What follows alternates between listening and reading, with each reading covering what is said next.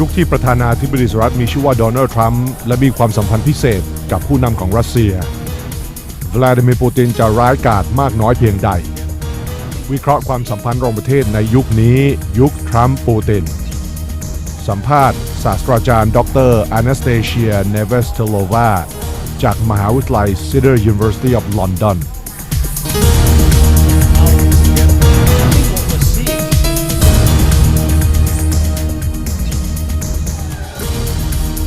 ครับต้อนรับท่านผู้ชมทุกท่านเข้าสู่ Bigdose นะครับในช่วงสุดสัปดาห์ที่ผ่านมานะครับการสาบานตนเข้ารับตำแหน่งของประธานาธิบดีสหรัฐคนที่ 45 โดนัลด์ทรัมป์ก็เกิดขึ้นเรียบร้อยแล้วนะครับคราวนี้ในยุคนี้ความสัมพันธ์ระหว่างสหรัฐอเมริกากับรัสเซียนั้นจะเป็นอย่างไรนะครับแน่นอนบทบาทของประธานาธิบดีรัสเซียวลาดิเมียร์ปูตินนั้นมีมากขึ้นเรื่อยๆในโลกนะครับไม่ใช่เฉพาะในตะวันออกกลางแต่ว่าในยุคใหม่นี้ซึ่งจะมีความสัมพันธ์พิเศษกับวอชิงตันนะครับวิเคราะห์สถานการณ์ของโลกของเราในวันนี้นะครับแขกรับเชิญของเราท่านเป็นอาจารย์ที่มหาวิทยาลัย City University of London นะครับวันนี้อยู่กับเราศาสตราจารย์ดร. Anastasia Nesvetailova นะครับสวัสดีครับโอเค nice to see you okay you just flew from the UK Yes we flew from London Okay thank you for joining us let's talk about this new era of what looks to be cordial relations. Let's start with this. Cordial relations between the United States and Russia. I mean, isn't this kind of a wonderful thing? How do you view this, first of all? Because Trump was just inaugurated, and he seems to be very much praising of Putin all the time. How do you view this relationship right now? With skepticism. Partly because it's very difficult to change policy very quickly. Even if you have a very strong vision and if you're a very strong leader. But if you're a leader in a system where there are lots of checks and balances, like in the US, Mr. Trump will find out that it's not really up to him to quickly change policy. He depends on others. And even his Republican-dominated Congress is very divided on the issue of Russia. And warming up the climate or the new relationship and being friends.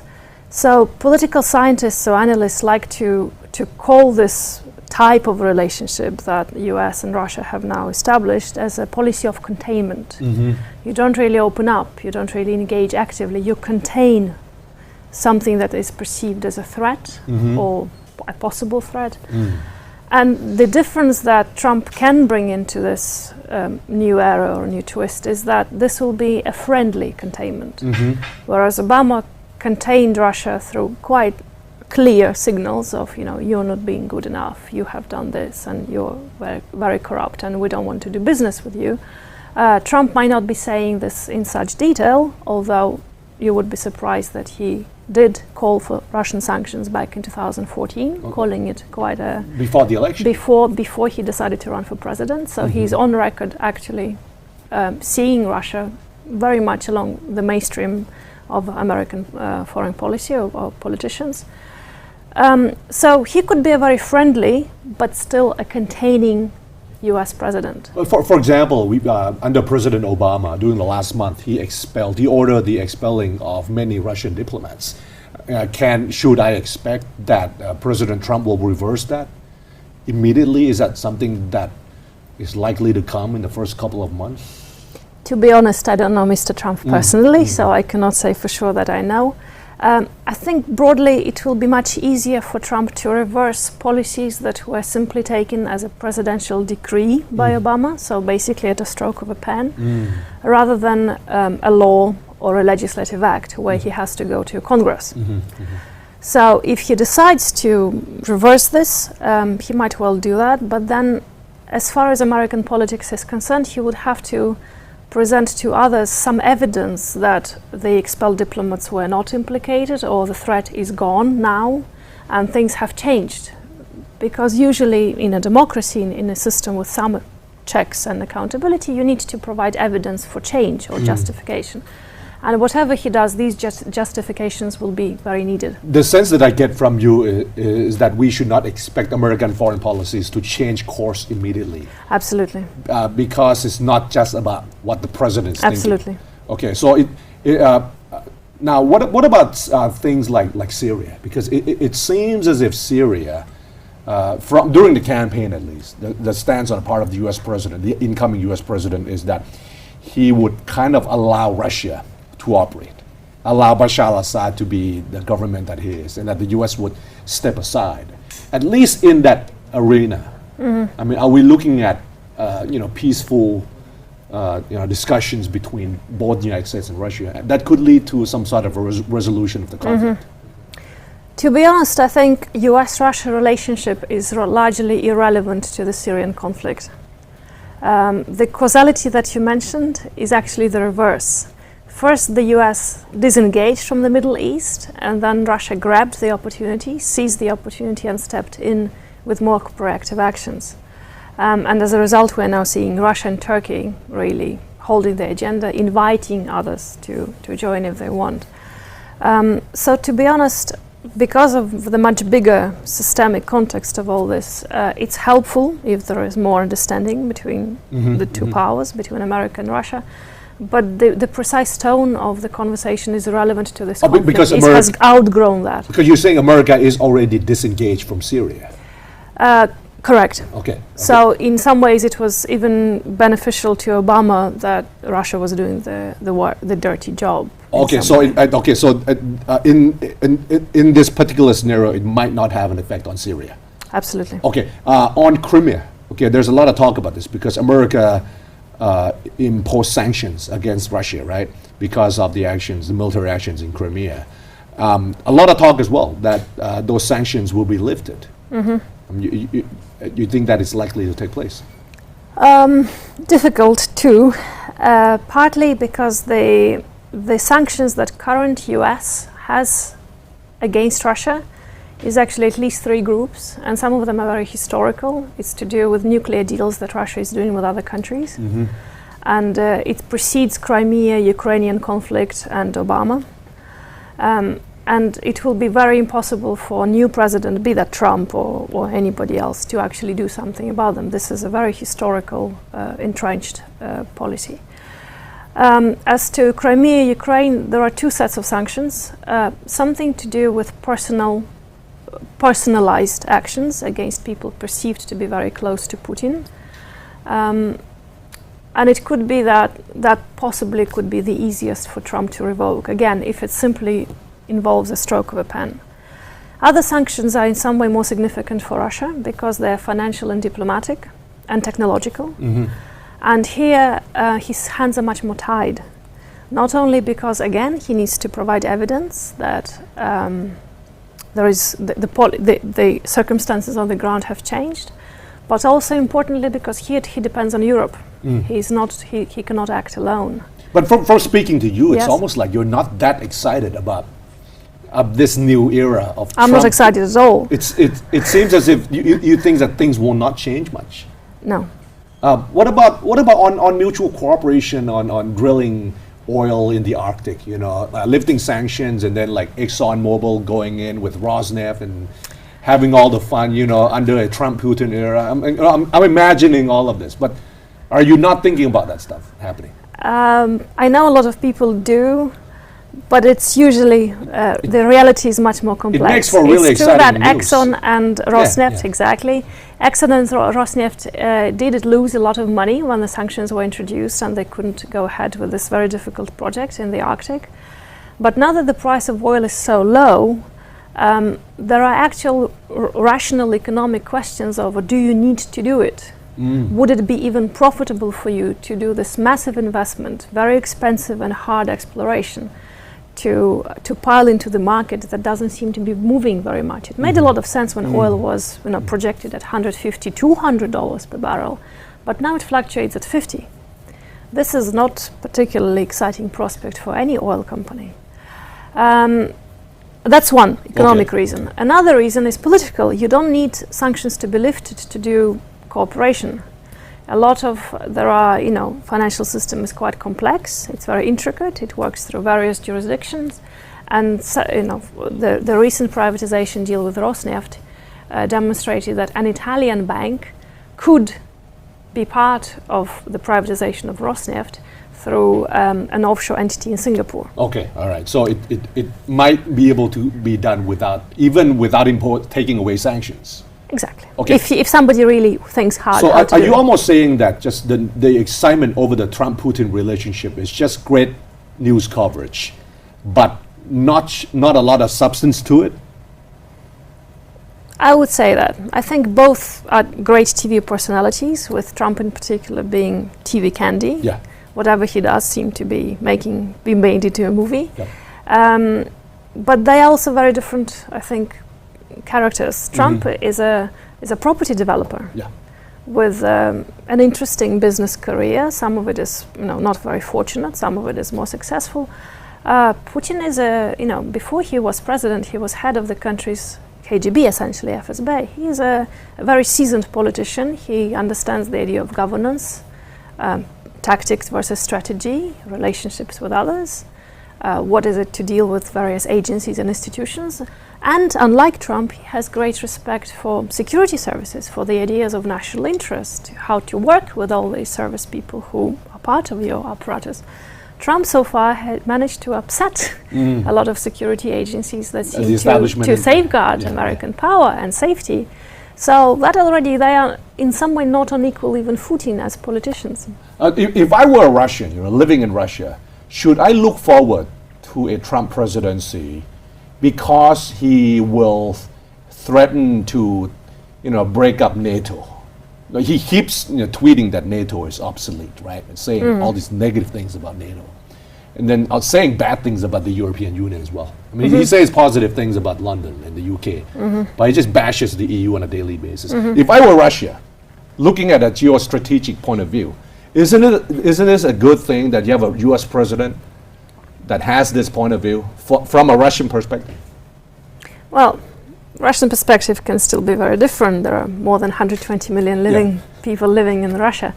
And even inside the government, there are various factions. Almost like from a traditional Cold War, perspective. Okay, from a traditional Cold War perspective, it's not clear that a breakup of NATO would be in Russian interest. Oh. Partly because Cold War was fought on very kind of widely understood principles. Containment was one of them, but also non-interference. There were lots of threats. There was lots of methodologies of penetration, spying, but it was a very it was a turf conflict with very understood, predictable logic. A breakup of NATO would be a massively disruptive event that would, destabilize lots of things, and unpredictability is something that, for example, President Putin doesn't like at all. So that might not even work in Russians' interests. No, not necessarily. In the easy way that people mean. The expansion of NATO has been made into a security doctrine of Russia, but I see it as more of a rhetoric rather than an actual. All right. An actual threat. All right. And just to give you one example, the military choir that sadly crashed into the Black Sea with the air crash just before New Year's Eve, a week before that tragic event, they were given a concert in NATO headquarters. So they've always been some sort of cooperation at more professional level or more cultural. There is a level of mutual respect between the two organizations, the army, the Russian army and NATO. And even Putin himself, early on in 2003, mentioned that Russia might want to become member of NATO. All right. So it's a lot of rhetoric, but the details are what is important. Okay. I always believe that. All right. We'll take a short break. เดี๋ยวเราพักกันสักครู่นะครับกลับมาคุยกันช่วงหน้ากับอาจารย์ Anastasia กันต่อเรื่องของทรัมป์ปูตินรัสเซียนะครับประชาธิปไตยในรัสเซียเป็นยังไงนะครับสักครู่เดี๋ยวกลับมาคุย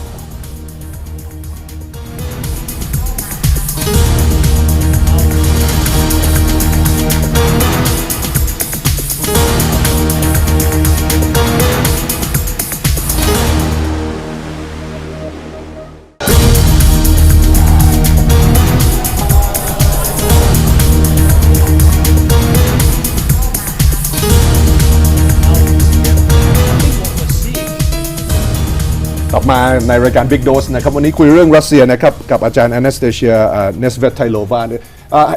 Is Russia's democracy now kind of like just standing still? I think it's as bad as many academics, portray it. I mean, it seems like things are not as black and white as a lot of academics portray, and things are usually not very linear. So the idea of democracy and various types of democracy is being tested usually against one type of a non-democracy regime. But if you start to look at various gradations, academic concepts that have been used to describe Russia, I think I've counted up to 10. It ranges from mafia state to modern state, from authoritarian state to competitive authoritarianism to sovereign democracy. Yes. So a lot of it is very theoretical. The simplest way to describe the system of power, which a lot of which depends on very unseen mechanisms, on mechanisms that other people, that outsiders are not supposed to understand, but they work, is it's the rule by law, but it's not a rule of law. So that means that in real life there are various institutions that normal modern democracies have: parliament, constitution, Supreme Court, the court system, the legal system, the presidential administration, the president's security. There are various checks and balances that in some ways do work, even in certain circumstances they're made to work. But at the same time there is an expectation that certain elements of that system are above any scrutiny or accountability. To an average Russian, this seems to be an acceptable compromise. They have had their experiment with liberal democracy, well, what they thought was democracy, in the 90s. And it was a very condensed dose of changes that made them feel poorer and less happy and more inferior in the world. So the current compromise is acceptable? The current compromise is that essentially, yes, your average Russian would understand that it's an extremely corrupt system where there are a lot of rich guys and possibly a lot of poor. But it seems to be the only alternative that Russia at the moment has. I listened to an interview on Charlie Rose on CBS in America by Mikhail Khodorkovsky, and he was asked the question whether the removal of Vladimir Putin would make Russia democratic. His answer kind of surprised me. He said that Vladimir Putin is like the stabilizing mechanism, meaning that if you take him away, there would be a lot of instability in the Russian state, meaning that there are a lot of power factions and institutions. I mean, do you view it in that way? Correct, and that's one, I absolutely agree, and that's one characterization of essentially Russian capitalism. It's now made up of, let's say, at least 3 big factions. One is the early oligarchs of the 90s who are now aging and maybe passing some of their wealth to their children, the business tycoons. The other is the people who came with Putin or along with his time from security, essentially security apparatus, and became very rich. At the same time, they also have usually official posts, political positions. Some of them are elected. And there is sort of elements of liberal elite, the economists, usually on the economic flank of the government, who are supposed to implement programs, distribute money, govern investment, be in charge of people getting better off. And so there is an understanding that Putin is an important arbiter between these various functions, the 3 of them, but also within them, because of course as the economic crisis worsens, the resources become thinner and thinner. So competition for that kind of administrative resource or the opportunity for rent-seeking is getting very tight. And a lot of social media information leaks are being used by the warring factions to eliminate competitor. But do you think it's worthwhile seeking a functioning multi-party system in Russia down the road that may threaten the stability that we have right now? Or do you think the status quo is better? Because, you know, in many countries they just struggle. They struggle through this. They have multi-party democracies and it looked pretty good. But then there's no real stability. Governments don't last. Nothing gets done. Whereas Russia kind of works now from the outside. But it's got its failings, you know, in particular aspects. Do you think it's worthwhile seeking a multi-party system, or is it too difficult in Russia? First of all, there is a multi-party system. There are several parties represented in parliament. There are several big ones, and one of them is closely associated with Putin, the current prime minister, but there are also others who represent the approved opposition. Yeah, yeah. So some of the legislative proposals or even opposition in parliament can be quite critical at an acceptable level. Yeah. At the same time, I have to say that the most ardent proponent of anti-corruption stance, Navalny, wasn't allowed to be competing for his particular seat. His party didn't get the necessary 5% of the votes. Historians would tell you that Russia doesn't have a historical fabric to be a multi-party democracy. There are too many important institutions in Russian life which prioritize a very autocratic mode of governance. That includes the family, the church, local and regional kind of Soviets, the councils, the territory. Russia is too large to be a multi-party democracy. It needs to have a very strong leader who would be the systemic oversight. This is the so-called Slavophile argument, and it's an argument against the idea that you can simply build capitalism from scratch and democracy will follow because this is the blueprint. This is exactly what they tried to do in the 90s, and it didn't work. It didn't really work. Some of the elements were installed, but it didn't really work. Okay, but this argument it sounds similar to many of the arguments that I hear actually in many developing countries. Yes. Where they're trying to create democracy, including Thailand. Lastly, last question. What can we expect from the new U.S. Secretary of State? I mean, he is a friend of Russia. He's got a medal for it. He worked for Exxon. Should that be a positive for Russia? Do you have a friend of Russia as U.S. Secretary of State? That's kind of a good thing. I'm looking at this as very pro-Russian Washington. I'll let you comment on that as we. I don't know. This is pure speculation because I don't have any intelligence at all. But it could be a very good news for his friends who are not on the sanctions list, for example, not on Magnitsky sanctions list. But he might soon be a businessman. Again, his learning curve in politics will be very steep. He will very quickly have to understand that foreign policy of a major country doesn't depend on personalities necessarily. It's about compromise, it's about looking for alternatives, and it's about you being accountable to your domestic institutions. So he would find it very difficult again for a massive change in foreign policy in a very short time, partly because of current security considerations. It's not like running a company, making deals. Exactly. Okay. Funnily, I just listened to an interview on NBC News with the Kremlin spokesperson. Yes. And he sounded like that. He was kind of skeptical of this administration. He was not buying into the fact that this is going to be a pro-Russia Washington, all conveniently. Okay. Thank you very much, Professor Anastasia, and I look forward to talking to you again. There's a lot of comparative politics to be done between the Russian Federation and Thailand. Certainly in the way that you explained to me that Slavic Russophile. Okay. Thank you very much. Thank you. Thank you for having me. นั่นก็คือบทสนทนาของเรานะครับกับอาจารย์ Anastasia นะครับมาจาก City University of London นะครับเรื่องรัสเซียเรื่องทรัมป์เรื่องปูตินนะครับลาไปก่อนนะครับวันนี้สำหรับ Bigdose สวัสดีครับ